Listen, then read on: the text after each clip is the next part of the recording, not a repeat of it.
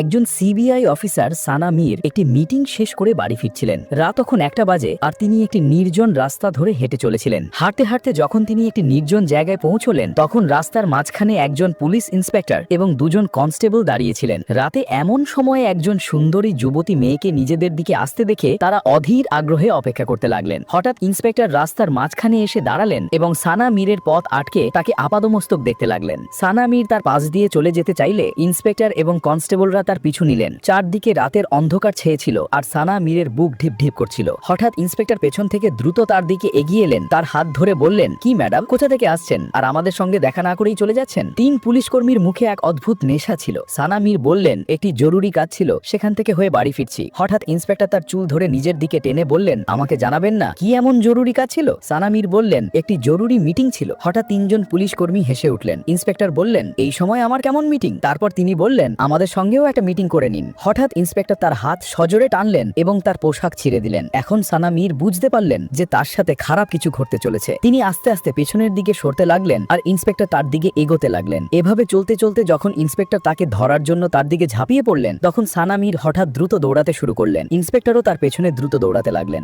সানার মীরের শ্বাস দ্রুত হয়ে গিয়েছিল। তিনি অবিরাম হাঁপাতে হাঁপাতে কাঁপতে কাঁপতে নিজের জীবন বাঁচানোর জন্য দ্রুত দৌড়াচ্ছিলেন। হঠাৎ ইন্সপেক্টর তাকে পেছন থেকে ধাক্কা দিলেন এবং তিনি রাস্তার মাঝখানে পড়ে গেলেন। ইন্সপেক্টরের মুখে এখন এক অদ্ভুত নেশা এসেছিল। তিনি রাস্তায় পড়ে থাকা মেয়েটিকে অদ্ভুত চোখে দেখতে লাগলেন। সানা মীর রাস্তায় পড়েছিলেন। এখন বাঁচার কোনো রাস্তা বাকি ছিল না। হঠাৎ ইন্সপেক্টরও রাস্তায় বসে পড়লেন এবং তাকে ধরার জন্য যেই তার দুটি হাত বাড়ালেন সানা মীর তাকে সজোরে ধাক্কা দিলেন এবং পেছনে ঠেলে দিলেন। সানা মীর নিচ থেকে উঠে দাঁড়ালেন। তখন ইন্সপেক্টর দ্রুত তার কাছে এলেন এবং পেছন থেকে এসে তাকে ধরে ফেললেন। হঠাৎ সানা মীর জোর গলায় বললেন, দেখুন, আমাকে যেতে দিন, আপনারা টে করছেন না, নয়তো আপনাদের এর ফল ভুগতে হবে। কিন্তু ইন্সপেক্টর এখন বেপরোয়া হয়ে উঠেছিলেন। এর মধ্যে বাকি 2 কনস্টেবলও সেখানে পৌঁছে গেলেন। আর যখন তারা সানার মীরের এই কথা শুনলেন তখন 3 জনই হো হো করে হেসে উঠলেন। একজন কনস্টেবল বললেন, ও হো, আমরা তো ভয় পেয়ে গিয়েছিলাম। হঠাৎ ইন্সপেক্টর কনস্টেবলকে বললেন, মদ নিয়ে এসো। এক কনস্টেবল দৌড়ে গাড়ির কাছে গেলেন এবং মদের বোতল নিয়ে এলেন। ইন্সপেক্টর একটি মদের বোতল হাতে নিলেন এবং মেয়েটির দিকে এগোতে লাগলেন। তারপর ইন্সপেক্টর মদের বোতলের মুখ খুললেন এবং রাস্তার মাঝখানে বসে থাকা মেয়েটির ওপর ঢালতে লাগলেন। মেয়েটি এখন সম্পূর্ণ মদ দিয়ে ভিজে গিয়েছিল। দেখতে দেখতে কনস্টেবল মদের অন্য বোতলটি ইন্সপেক্টরের হাতে দিলেন। ইন্সপেক্টর অর্ধেক মদ পান করার পর সানা মীরকে বোতলটি দিয়ে বললেন, এটা নাও, খাও। সানা মীর ভয়ে ভয়ে বললেন, না, আমি খাই না। ইন্সপেক্টর সানা মীরের শরীর দেখতে দেখতে বললেন, খেয়ে নাও, নয়তো তোমার সাথে এমন কিছু করব যে তুমি কাউকে মুখ দেখাতে পারবে না। সানা মীর, যিনি একজন সিবিআই অফিসার ছিলেন, ইন্সপেক্টরের হাত থেকে বোতলটি নিয়ে পান করতে লাগলেন। এখন ইন্সপেক্টর এবং বাকি 2 কনস্টেবল একে অপরের দিকে তাকিয়ে অস্থিরভাবে সানা মীরের দিকে দেখতে লাগলেন, যেন তাদের উদ্দেশ্য সফল হতে চলেছে। তারপর কি হবার ছিল, দেখতে দেখতে সানার পুরো শরীর যেন ঝিমঝিম করতে লাগলো। তিনি নিজের 2 হাত মাথায় রাখলেন। এ কি হচ্ছে? ইন্সপেক্টর এবং কনস্টেবলরা অপেক্ষা করছিলেন যে তার নেশা চরম পর্যায়ে পৌঁছাবে এবং সেই মুহূর্তে সানা মীর আচ্ছন্ন অবস্থায় রাস্তার মাঝখানে শুয়ে পড়লেন। সানা মীর এখন অচেতন অবস্থায় পড়েছিলেন এবং তার কানে 3 জন পুলিশ কর্মীর হাসি শোনা যাচ্ছিল। হঠাৎ ইন্সপেক্টর তার কাছে এসে ঝুঁকে তার মুখের দিকে মনোযোগ দিয়ে দেখতে লাগলেন। তিনি তার হাত বাড়িয়ে তার চুলের একটি গোছা নিজের আঙুলে জড়িয়ে নিয়ে হাসতে হাসতে বললেন, হ্যাঁ, এবার মজা আসবে। এখন 2 কনস্টেবলও কাছে এলেন। তাদের চোখে ছিল লোভ আর শরীরে ছিল বন্য অস্থিরতা। কিন্তু যেই ইন্সপেক্টর এগিয়ে এসে সানা মীরের গালে ছোঁয়ার চেষ্টা করলেন, ছন করে একটি শব্দ হলো। সানা মীর হঠাৎ মাটিতে পড়ে থাকা সেই বোতলটি তুলে সজোরে ইন্সপেক্টরের মাথায় মারলেন। ইন্সপেক্টরের চোখের সামনে অন্ধকার নেমে এলো এবং তার কপাল জখম হয়ে গেল। তিনি সেখানেই মাটিতে টলটলে পড়ে গেলেন। 2 কনস্টেবল মুহূর্তের জন্য হতবাক হয়ে গেলেন। সানা মীর মাটিতে পড়ে থেকে সামলে কাঁপতে কাঁপতে উঠে দাঁড়াতে লাগলেন। তার শ্বাস দ্রুত ছিল, তার পা টলছিল, নেশার কারণে তার মাথা ঘুরছিল, কিন্তু তিনি পূর্ণ শক্তি দিয়ে দৌড়াচ্ছিলেন। তখনই মাটিতে পড়ে থাকা ইন্সপেক্টর এক কনস্টেবলকে চিৎকার করে বললেন, কি দেখছিস? ধরোকে, এর শাস্তি এবারও পাবেই। একজন কনস্টেবল দ্রুত তার দিকে দৌড়ালেন। সানা মীর তখনও কিছুটা দূরে পৌঁছেছিলেন। কনস্টেবল তাকে হাত দিয়ে ধরে ফেললেন। হঠাৎ ইন্সপেক্টর রাগে তার দিকে দৌড়ে এলেন। এখন তার চোখে ছিল বন্য লাল আভা।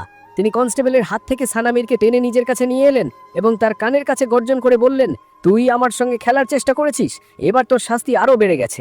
সানা মীরের শ্বাস আটকে যাচ্ছিল, তাকে অসহায় দেখাচ্ছিল। তারপর ইন্সপেক্টর তাকে হাত দিয়ে টেনে টেনে নিজের গাড়ির দিকে নিয়ে যেতে লাগলেন এবং 2 কনস্টেবলকে বললেন, তোরা এখানেই থাক, যা করার এবার আমিই করব, এবার আমি আমার আসল ক্ষমতা দেখাই। 2 কনস্টেবল হাসতে লাগলেন। সানা মীর নিজেকে ছাড়ানোর চেষ্টা করলেন, কিন্তু ইন্সপেক্টর আরো শক্ত করে তাকে ধরে ফেললেন এবং টেনে টেনে নিজের গাড়ির কাছে নিয়ে এলেন। সানা মীর বুঝতে পারলেন যে এখন তার সঙ্গে খারাপ কিছু ঘটতে চলেছে। তখন ইন্সপেক্টর গাড়ির দরজা খুললেন এবং হঠাৎ সানামিরকে গাড়ির ভেতরে ধাক্কা দিলেন। এখন রাতের শেষ প্রহর ছিল, নির্জন রাস্তা, আর গাড়ির ভেতরে পড়ে থাকা যুবতী ও সুন্দরী সানামির এবং নিজের প্রতিশোধ নিতে ও মনের আগুন নেভাতে উদ্গ্রীব ইন্সপেক্টর। হঠাৎ ইন্সপেক্টর দ্রুত দরজা বন্ধ করলেন এবং নিজেও ভেতরে ঢুকে গেলেন। তার চোখে ছিল বন্য ঝলক আর তার শ্বাসে ছিল মদের দুর্গন্ধ। তিনি এগিয়ে গিয়ে সানামিরের চিবুক শক্ত করে ধরলেন এবং গর্জন করে বললেন, এখন দেখি তোর অহংকার কোথায় যায়। তুই আমাকে সবার সামনে অপমান করেছিস, এখন তোর চিৎকারই আমার জয় হবে। সানামিরের চোখে জল ছিল আর ঠোঁটে ছিল এক দৃঢ় কম্পন। তিনি নিজেকে এক কোণে গুটিয়ে নিতে লাগলেন, আর যেই ইন্সপেক্টর তার উপর ঝাঁপিয়ে পড়তে যাবেন, সানামিরের চোখ পড়ল সামনের ড্যাশবোর্ডের দিকে। সেখানে একটি লম্বা অস্ত্রের মতো টর্চ রাখা ছিল। ইন্সপেক্টর ঝুঁকে তার মুখ স্পর্শ করার চেষ্টা করলেন, কিন্তু সানামির পূর্ণ শক্তি দিয়ে সেই টর্চটি তুলে সোজা তার চুয়ালে মারলেন। একটি ভয়ঙ্কর চিৎকারের সাথে ইন্সপেক্টর পিছিয়ে গেলেন এবং তার মুখ রক্তাক্ত হয়ে গেল। সানামির এক মুহূর্তও নষ্ট না করে দরজা খুললেন এবং এলোমেলোভাবে দৌড়াতে শুরু করলেন। রাতের নির্জন রাস্তায় তিনি খালি পায়ে দৌড়াচ্ছিলেন। পেছনে ইন্সপেক্টর পাগলের মতো গালিগালাজ করতে করতে তাকে তাড়া করতে লাগলেন। সানামিরের শ্বাস দ্রুত ছিল এবং তার পা ক্ষতবিক্ষত হয়ে গিয়েছিল। তখনই পেছন থেকে ইন্সপেক্টরের ভারী কণ্ঠস্বর শোনা গেল, দৌড়াতে থাক, কিন্তু আজ তুই আমার হাত থেকে বাঁচতে পারবি না। তিনি পাগলের মতো যুবতী সানাকে ধরতে তাড়া করছিলেন। সানামির চারদিকে তাকিয়ে দেখলেন রাস্তার পাশে একটি পুরনো গেট দেখা যাচ্ছে। গেটটি অর্ধেক খোলা ছিল আর ভেতরে ছিল শুধুই অন্ধকার। এটি ছিল কোনো পুরনো ধ্বংসপ্রাপ্ত কারখানা। সানামিরের পা আপনা আপনি সেই দিকে মোড় নিল। তিনি টলতে টলতে ভেতরে ঢোকার পর দেখলেন ভেতরে ভাঙা ইট এবং মরিচা ধরা যন্ত্র পড়ে আছে। সানামির একটি মেশিনের পেছনে গিয়ে হাঁপাতে হাঁপাতে লুকিয়ে পড়লেন। তার বুক জোরে জোরে ধড়পড় করছিল, যা নির্জন রাতকে আরো ভয়ঙ্কর করে তুলেছিল। কিছু মুহূর্ত পর গেট ধরাম করে খুলল এবং ইন্সপেক্টর ভেতরে ঢুকে এলেন। তার পায়ের শব্দ প্রতিধ্বনিত হচ্ছিল। কোথায় লুকিয়ে আছিস? তার কণ্ঠস্বর কারখানার দেয়াল থেকে প্রতিধ্বনিত হচ্ছিল। সানামির দাঁতে ঠোঁট চেপে শ্বাস বন্ধ করে বসে ছিলেন। ইন্সপেক্টর আস্তে আস্তে পা বাড়িয়ে অন্ধকারে এদিক ওদিক দেখতে লাগলেন। তখনই নিচ থেকে তিনি একটি মরিচা ধরা লোহার রড তুলে নিলেন, যা তিনি মাটিতে ঘষতে ঘষতে এগিয়ে যেতে লাগলেন। তখনই হঠাৎ একটি শব্দ হলো। শব্দ শুনে ইন্সপেক্টর জোরে হেসে উঠলেন।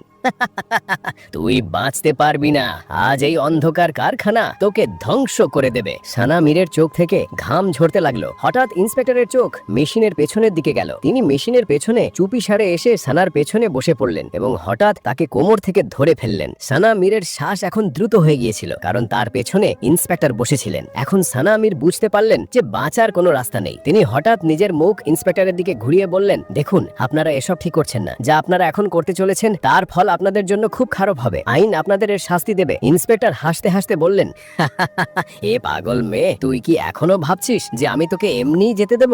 আমি একজন ইন্সপেক্টর। আইন হ্যাঁ, আইন সেটাই যা আমি চাই।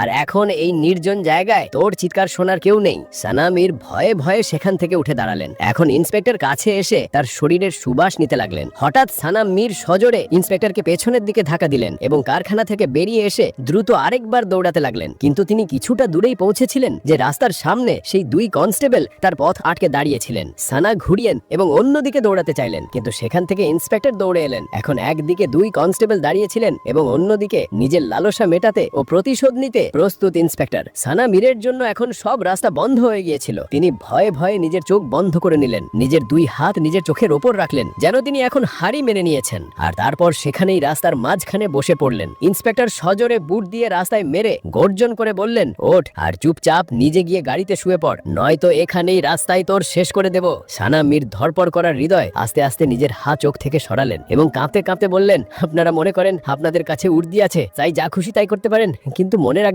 অত্যাচার কখনো স্থায়ী হয় না। ইন্সপেক্টরের মুখে একটি ব্যঙ্গাত্মক হাসি ছড়িয়ে পড়ল।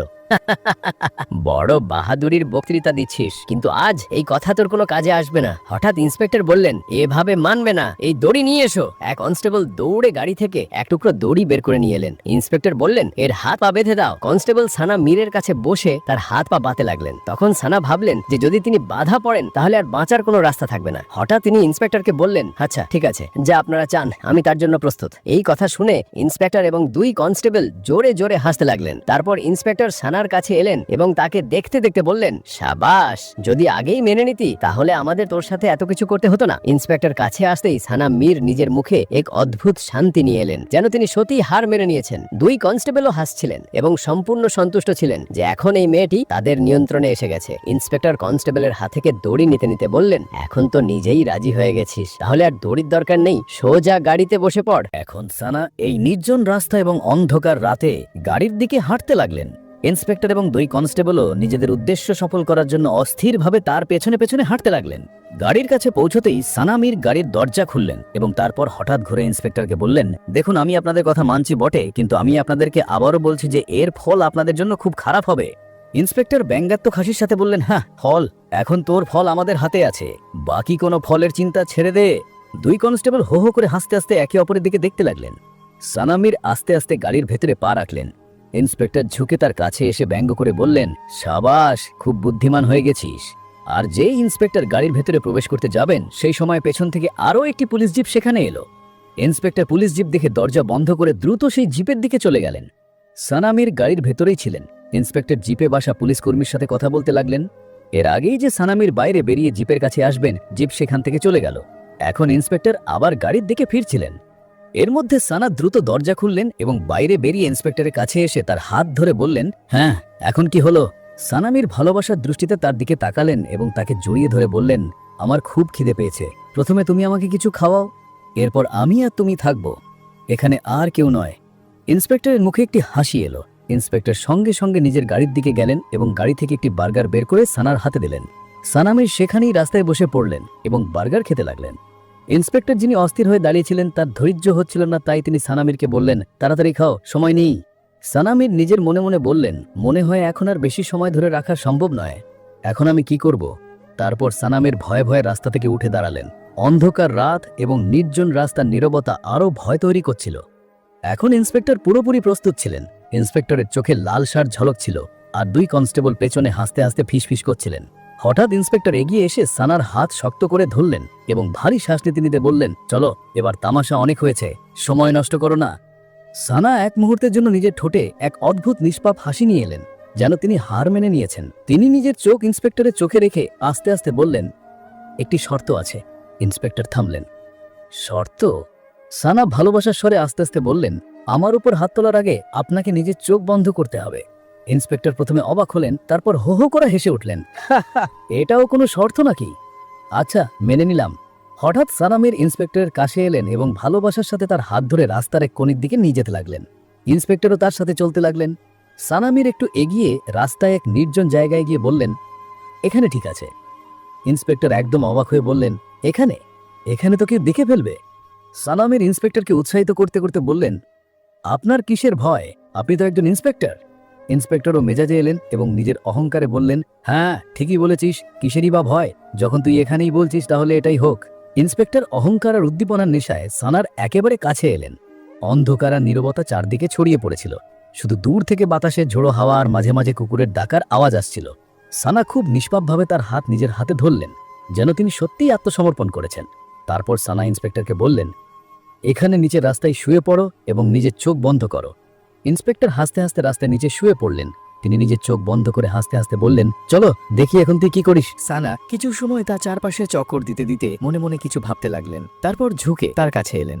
এক মুহূর্তের জন্য এমন মনে হলো যেন তিনি তার ওপর ঝুঁকে পড়বেন। ইন্সপেক্টরের ঠোঁটে বিজয়ের হাসি এবং গভীর শ্বাসের শব্দ প্রতিধ্বনিত হচ্ছিল। কিন্তু পরের মুহূর্তেই সানা নিজের জুতোর গোড়ালি তার কবজিতে মারলেন, যেখানে তিনি নিজের রিভলভার পড়তেন। ইন্সপেক্টর ছটপট করে চোখ খুলে দিলেন, কিন্তু সেই সময়ের মধ্যে সানা তার বন্দুক কেড়ে নিয়েছিলেন। ইন্সপেক্টর উঠে সেখানেই রাস্তার মাঝখানে বসে পড়লেন এবং বললেন, এ কি, ধোঁকা দিলে তুই আমার সাথে? এই সময় সানার মনে এলো যে তার কাজ এখনো শেষ হয়নি। তিনি নিজের মুখে হাসি এনে ইন্সপেক্টরের কাছে এসে বসলেন এবং বন্দুকটি তার হাতে দিয়ে ভালোবাসার দৃষ্টিতে তার চোখে তাকিয়ে বললেন, আমি তোমাকে শুধু এটা দেখাতে চেয়েছিলাম যে আমি চাইলে পালাতে পারতাম, কিন্তু এখন এটা আমার ইচ্ছা যে আমি নিজে এর জন্য প্রস্তুত। এই কথা শুনে ইন্সপেক্টরের মুখে হাসি এলো এবং তিনি সানাকে নিজের গলায় জড়িয়ে ধরতে লাগলেন। সানা মীর বললেন, এক মিনিট দাঁড়াও, প্রথমে আমাকে এটা বলো, তুমি কি সত্যি একজন শক্তিশালী ইন্সপেক্টর আর যা চাও তা করতে পারো? ইন্সপেক্টর অহংকার ভরা ভঙ্গিতে বললেন, হ্যাঁ পারি। তখনই সানা মীর হঠাৎ ইন্সপেক্টরের হাত ধরে গাড়ির দিকে নিয়ে যেতে লাগলেন। ইন্সপেক্টর অবাক হয়ে এসব দেখতে লাগলেন। চলতে চলতে তারা গাড়ির কাছে পৌঁছলেন। এখন এই নির্জন রাস্তায় রাতের শেষ প্রহর ছিল এবং সেখানে শুধু সানা এবং ইন্সপেক্টর উপস্থিত ছিলেন। সানা এবং ইন্সপেক্টর যে গাড়ির কাছে পৌঁছলেন, সানা সঙ্গে সঙ্গে গাড়ির ভেতরে ঢুকে গেলেন এবং গাড়ি থেকে একটি লাল রঙের ওড়না বের করে এনে বললেন, এটা কার?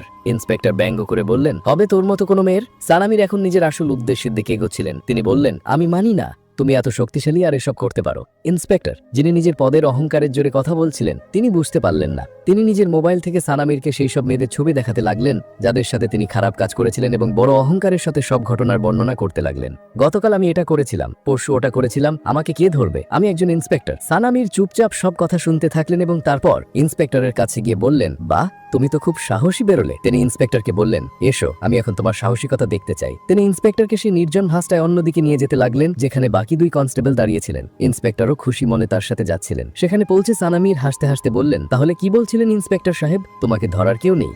এই কথা বলেই তিনি নিজের পোশাকের ভেতরে লুকিয়ে রাখা ক্যামেরাটি বের করলেন। সেই ক্যামেরা যাতে ইন্সপেক্টরের সব অপরাধ, তার অহংকার ভরা স্বীকারোক্তি এবং প্রতিটি খারাপ কাজ রেকর্ড হয়ে গিয়েছিল। ইন্সপেক্টরের মুখ রং উড়ে গেল। তিনি ঘাবড়ে গিয়ে দ্রুত সানামিরের দিকে ঝাঁপিয়ে পড়লেন যাতে ক্যামেরাটি কেড়ে নিতে পারেন, কিন্তু তার আগেই তার মুখে একটি সজোর থাপ্পড় পড়ল। এখন তার সামনে দাঁড়িয়ে থাকা মেয়েটি সেই অসহায় সানামির ছিলেন না, বরং একজন সাহসী অফিসার নিজের আসল রূপে সামনে চলে এসেছিলেন। এই সময় পেছন থেকে দুটি কালো জিপের হেডলাইট জ্বলে উঠল। ধোঁয়া উড়াতে উড়াতে ব্রেকের শব্দ শোনা গেল এবং পরের মুহূর্তে কমান্ডোদের দল গাড়ি থেকে বেরিয়ে এলেন। সানামির হাতের ইশারা করলেন এবং দেখতে দেখতে ইন্সপেক্টর এবং দুই কনস্টেবলকে মাটিতে কাবু করে ফেলা হলো। ইন্সপেক্টরের পা কাঁপতে লাগলো। কাঁপতে কাঁপতে বললেন, হে, এই মেয়েটি মিথ্যে বলছে।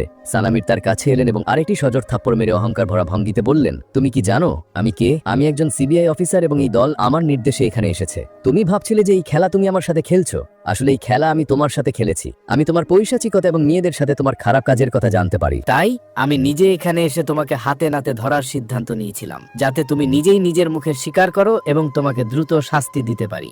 সানামির আবার নিজের পকেট থেকে কার্ড বের করে ইন্সপেক্টরের মুখের সামনে দোলালেন। তিনজনের চোখ অবাক ও ভয়ে বিস্ফারিত হয়ে গেল। সানামির লাথি মেরে ইন্সপেক্টরকে মাটিতে ফেলে দিলেন এবং আদেশ দিলেন, নিয়ে যাও একে আমার চোখের সামনে থেকে। কমান্ডোরা তিনজনকে গাড়িতে তুললেন এবং জেলে স্থানান্তরিত করলেন। কিছুদিনের মধ্যেই আদালতে মামলা চলল। সানামির ক্যামেরার রেকর্ডিং এবং সব প্রমাণ বিচারকের সামনে পেশ করলেন। এই অকাট্য প্রমাণগুলো ন্যায় বিচারের পথ সুগম করে দিল এবং আদালত এই পিশাচদের কঠোর থেকে কঠোরতম শাস্তি শোনালেন। এই গল্প থেকে আমরা শিখতে পারি যে মন্দ যত শক্তিশালী হোক না কেন, শেষ পর্যন্ত তার ফল হয় অপমান এবং অপদস্থতা। ইন্সপেক্টর এবং তার দুই কনস্টেবল বছরের পর বছর ধরে নিরীহ মেয়েদের নিজেদের লালসার শিকার বানাচ্ছিলেন। তারা ভাবতেন যে কেউ তাদের কিছু করতে পারবে না।